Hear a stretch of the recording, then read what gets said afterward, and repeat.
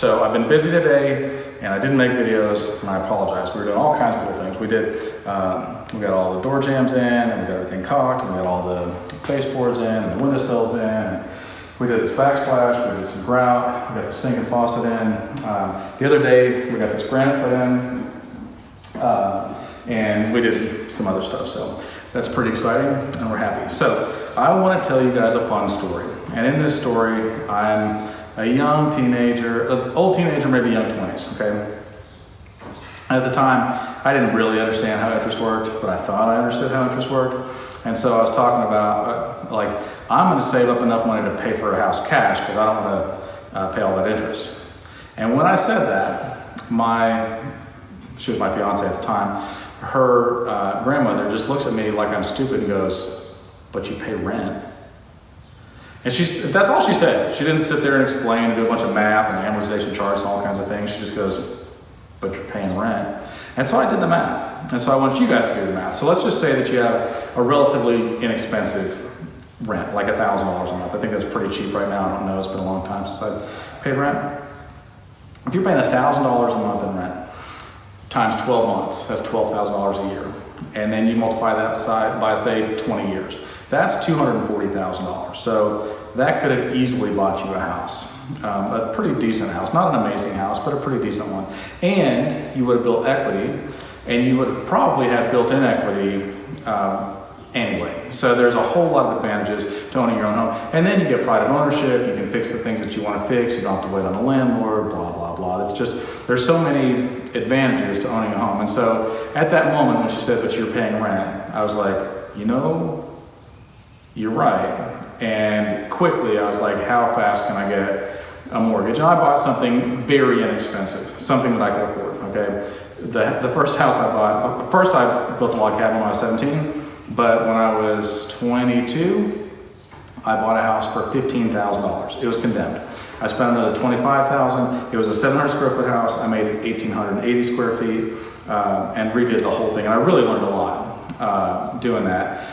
But because of that, so I had $40,000 in it. I lived in it for 7 years, and then I sold it for $87,000. So basically, if you think about it like that, I lived in that house for free for 7 years and made $47,000. It's really like the smart thing to do, because once you pay rent, it's gone. That's not going to happen again. You're never going to see that money again. But if you're putting it into a mortgage, then you will see that money again. And chances are home prices are going to continue to rise steadily. And so it's just a smart thing to do. Now here's another thing. Let's say you're already a homeowner. If you make one extra payment a year, and it depends on your interest rate, but if you make one extra payment a year, whatever your payment is, let's say it's $1,000, and you pay an extra $1,000 a year, you will knock 15 years off of your mortgage. If you pay bi-weekly instead of monthly, so if you're $1,000 a month, but instead you pay $500 every 2 weeks, you will knock 15 years off of your mortgage. It's a pretty big deal.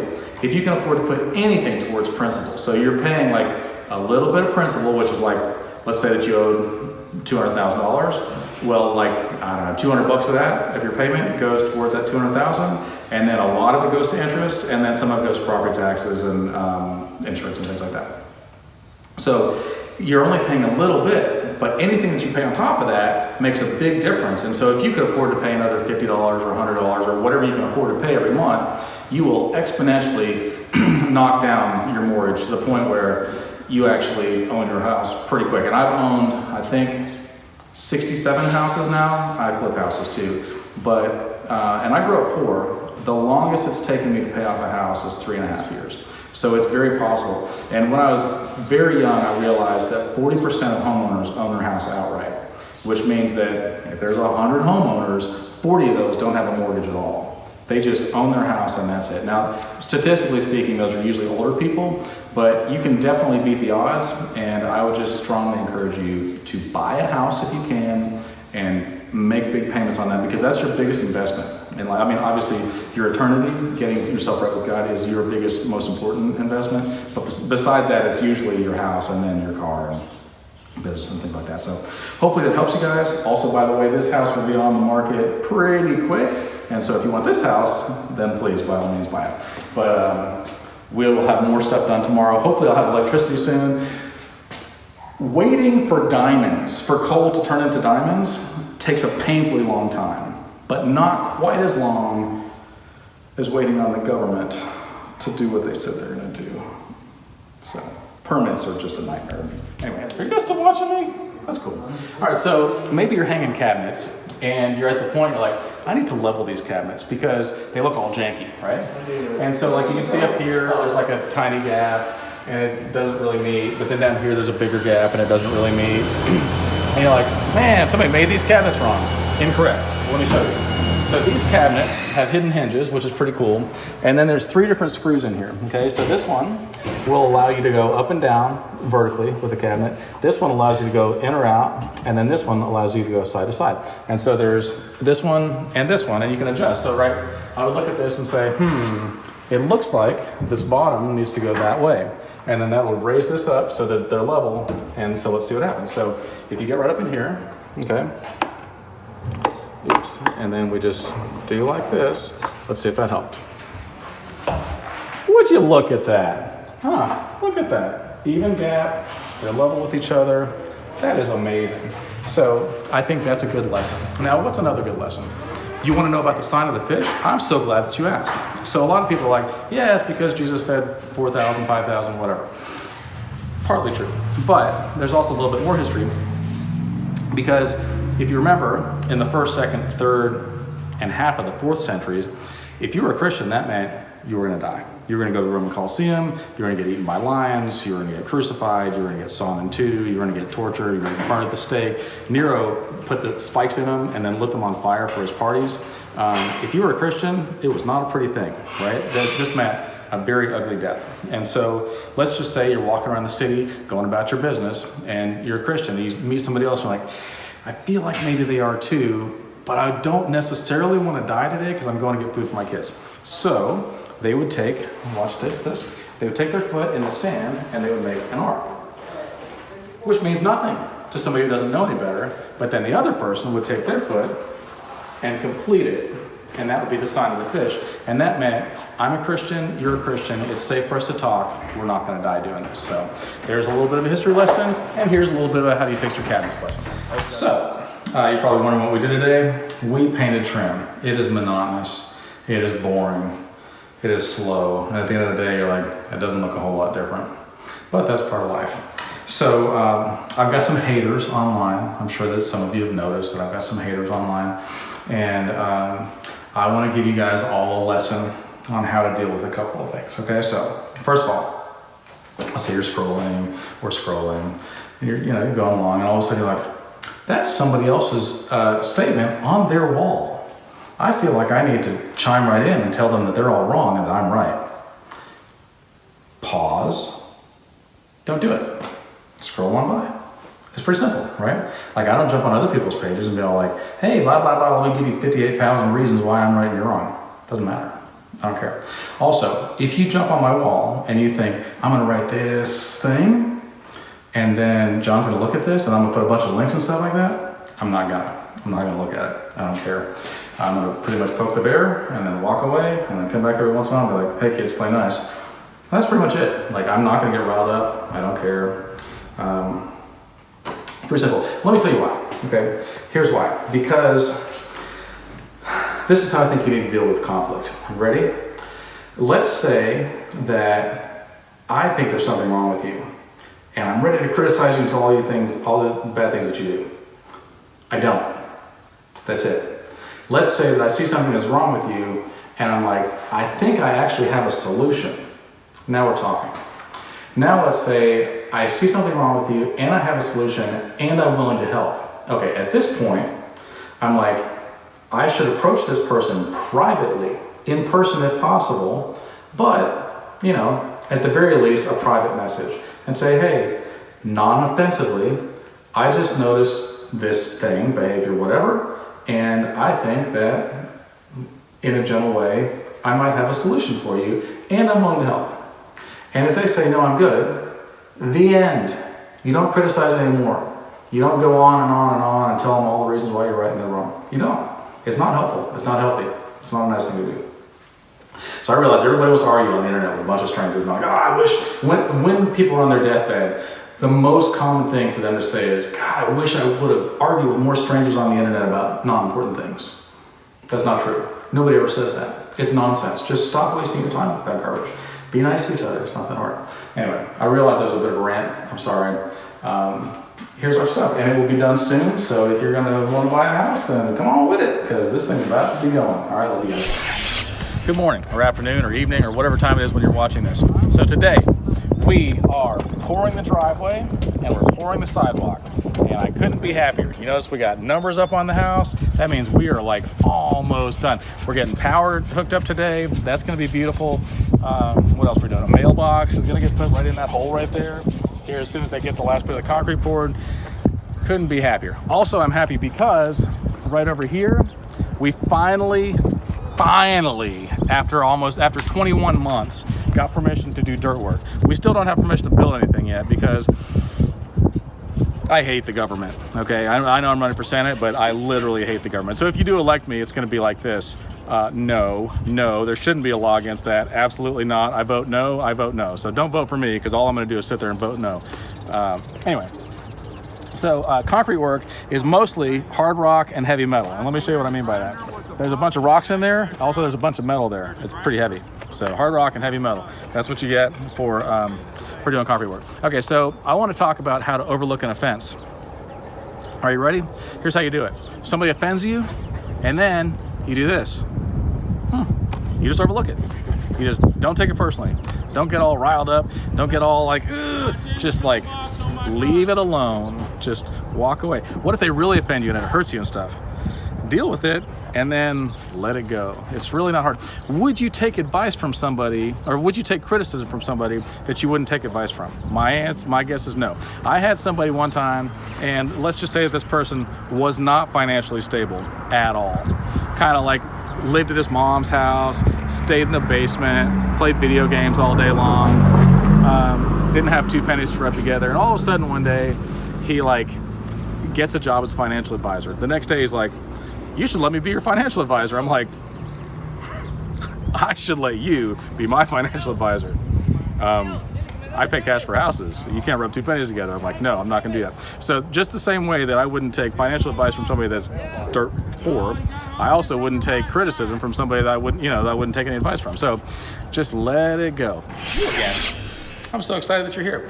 Let me show you around. So we've been working on this house now, I think 30 working days. Okay, so let me just tell you the difference between a working day and a real day. A real day is a calendar day, and a working day means we were actually out here working, because I've been doing other jobs, and a large part of building a house is waiting for inspectors and other people to do their job, which is the bane of my existence. So here's the garage. It's oversized, come on. It has a window. This is 9-foot ceilings, which is nice. Obviously it's got a nice garage door opener. It's got lights. It's got its own attic access up here with a light. And so you get to this whole part, which is not insulated. Come on inside. This has the app too, so you can control your garage door from anywhere in the world off of your phone, which is super nice. It also has a push button thing, push buttons for your garage door opener, and then obviously this one, so pretty nice. Then when we walk into the house, come on in, welcome to my house.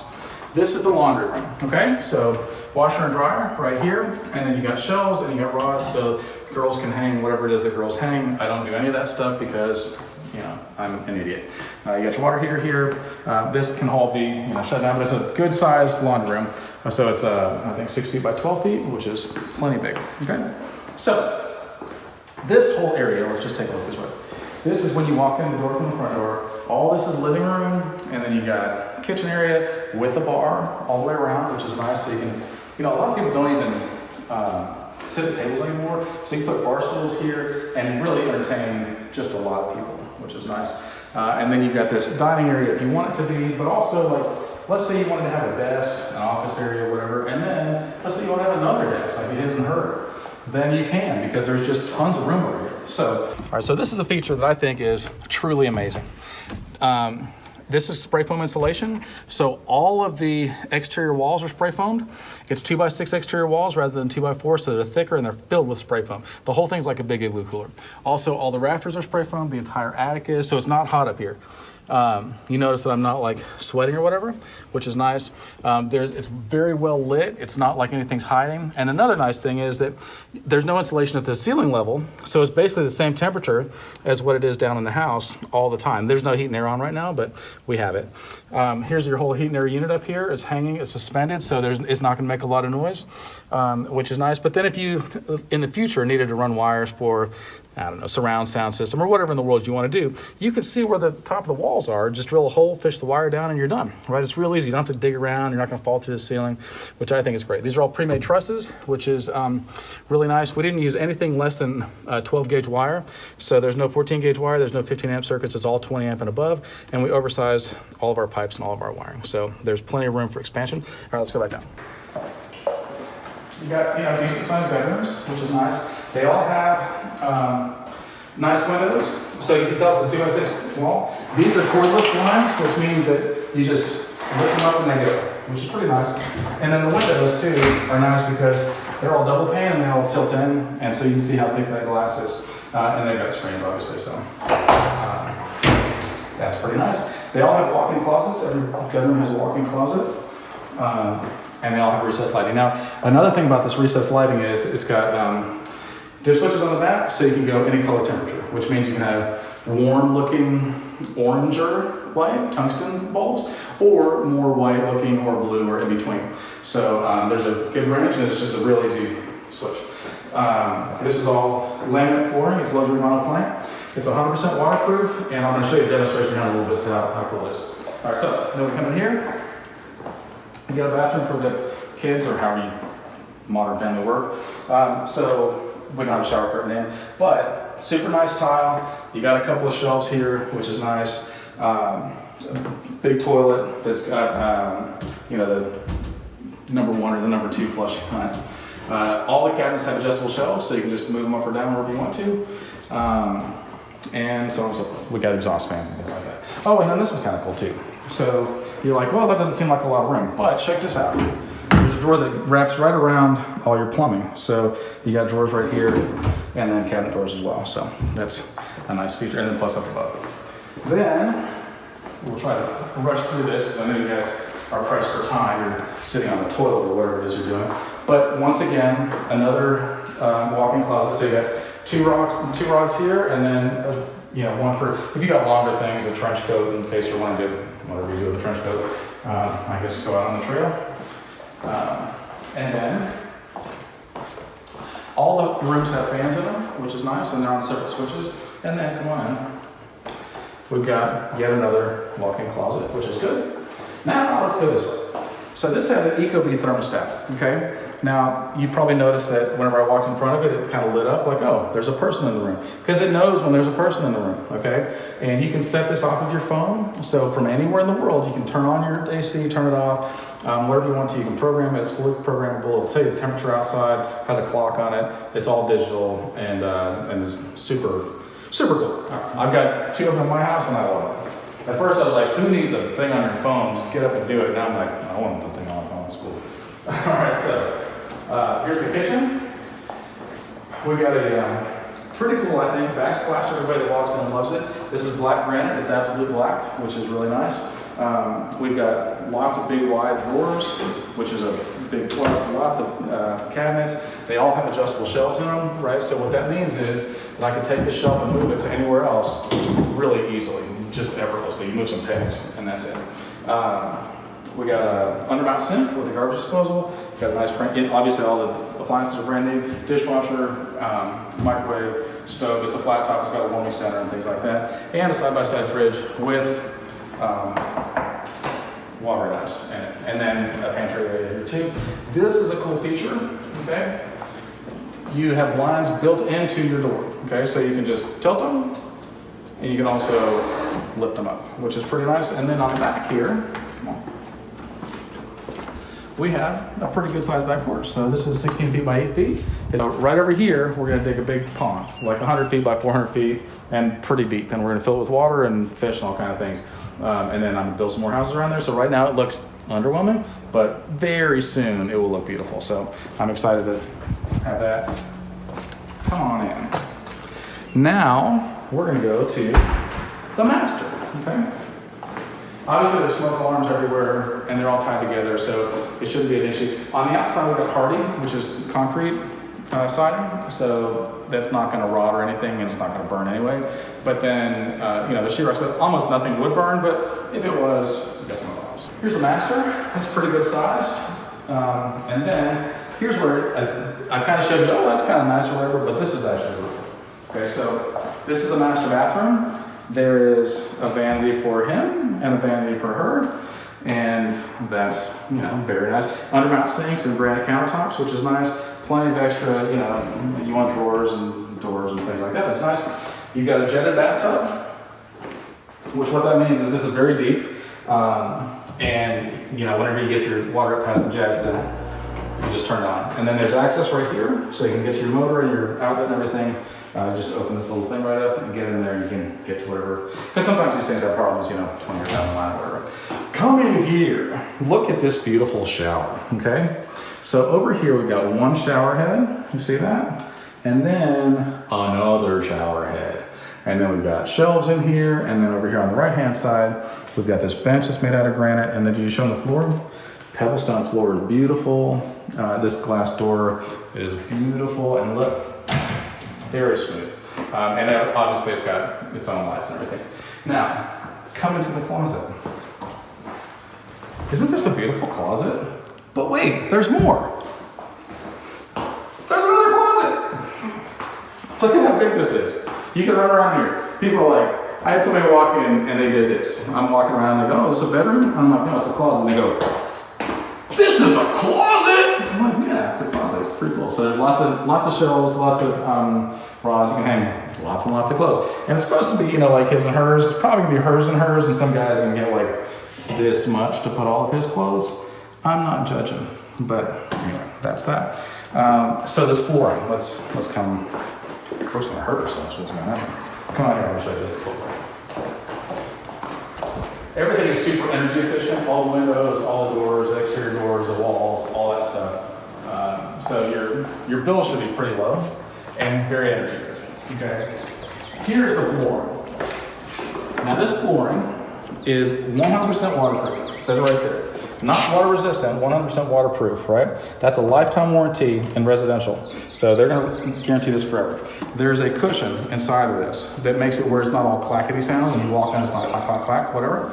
And so this stuff is very durable, and I wanna show you. If only I had a hammer. Ah, I go over here. Yeah, good plus. I'm gonna beat the crap out of this. Ready?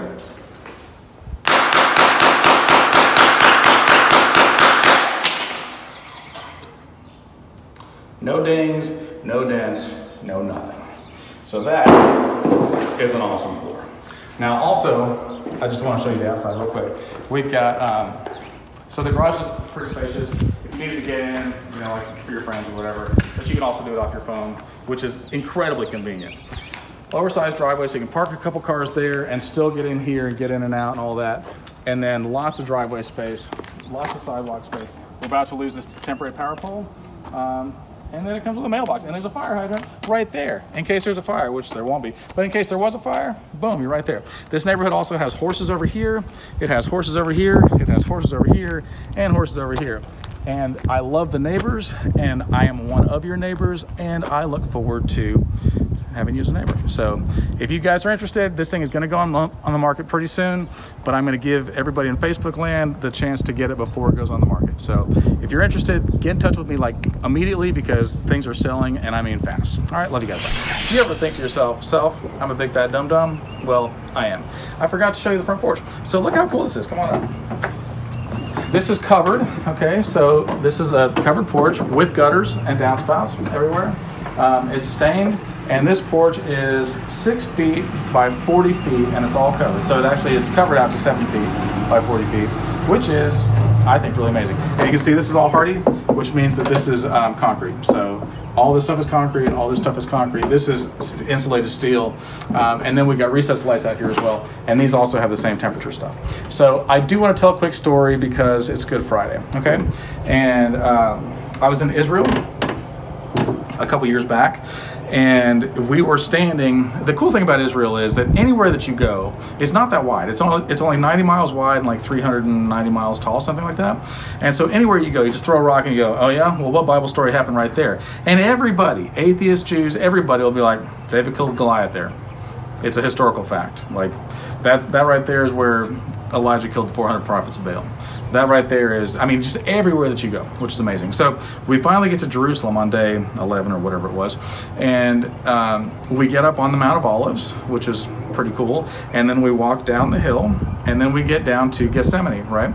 And then from there you look up, and then there's Jerusalem. There's like the city of David and stuff, and then over here is Golgotha, and that's where Jesus was crucified. But in Gethsemane, kind of at the bottom of where the temple would have been before it was destroyed, the sun was going down. It was our first night in Jerusalem, and our guide said, and I have the ultimate respect for our guide, Stan Goodenough, amazing guy. If you go, definitely get him, because that dude is amazing.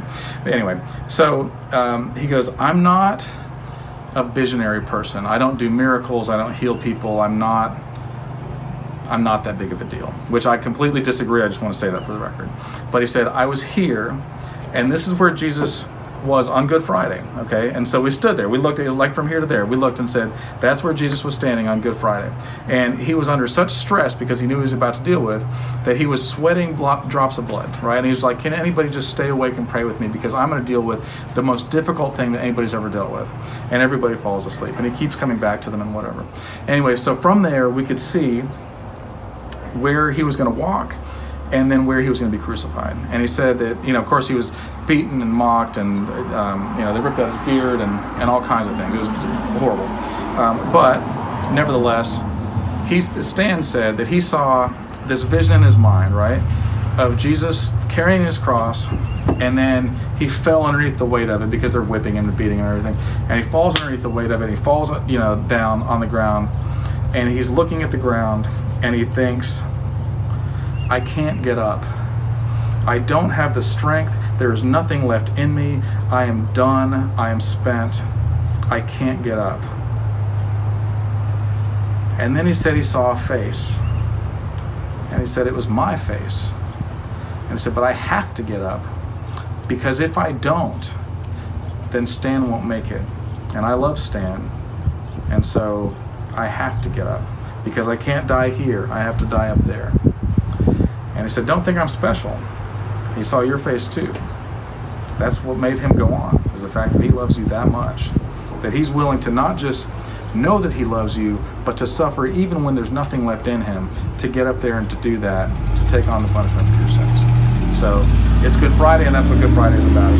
What a beautiful, beautiful story of Jesus coming down and becoming a man, and loving us enough to live with us and to forgive us and to die in our place, so that our sins can be forgiven, and so that when God looks at us, he sees the righteousness of Jesus. And I just think that there is not a more important thing in the world. So I hope you guys have a wonderful Good Friday, and come to church with me on Sunday. I'll buy you lunch. All right, bye.